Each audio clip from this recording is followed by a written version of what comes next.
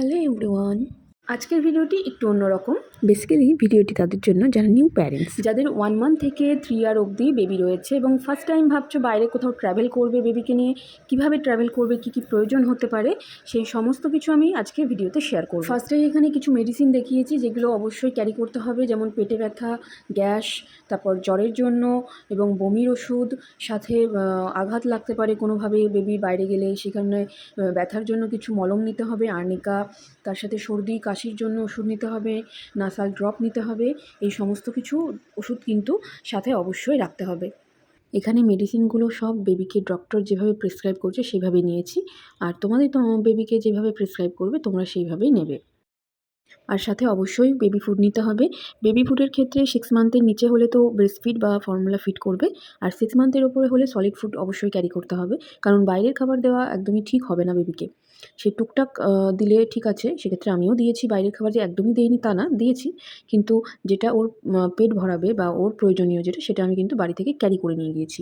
আমার ফ্রেন্ডের বেবি এবং আমার বেবির এজ প্রায় একই ছিল, তাই আমরা অল্টারনেট করে ফুড ক্যারি করেছিলাম। আমাদের বেবির জন্য যেগুলো নিয়ে গেছিলাম সেগুলো হলো সুজি, ওটস, রোস্টেড মাখনা, ইনস্ট্যান্ট একটা স্যারেল্যাক, যেটার পুরো ভিডিও লিঙ্ক আমার ইউটিউবে দেওয়া আছে।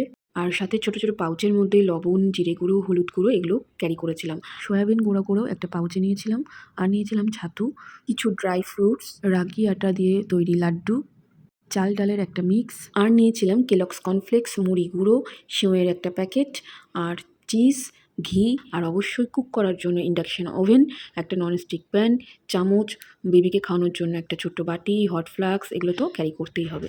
আর বেবি যদি ফর্মুলা ফিট করে সেক্ষেত্রে ফিডিং বোতল এবং অবশ্যই ওয়াটার বোতল ক্যারি করতে হবে। এখানে যদি আমি কিছু বলতে ভুলে যাই বা ভুল করি সেক্ষেত্রে অবশ্যই আমাকে কমেন্ট করে জানিও। এবারে চলে আসি নেক্সট বেবির ড্রেসের ওপর।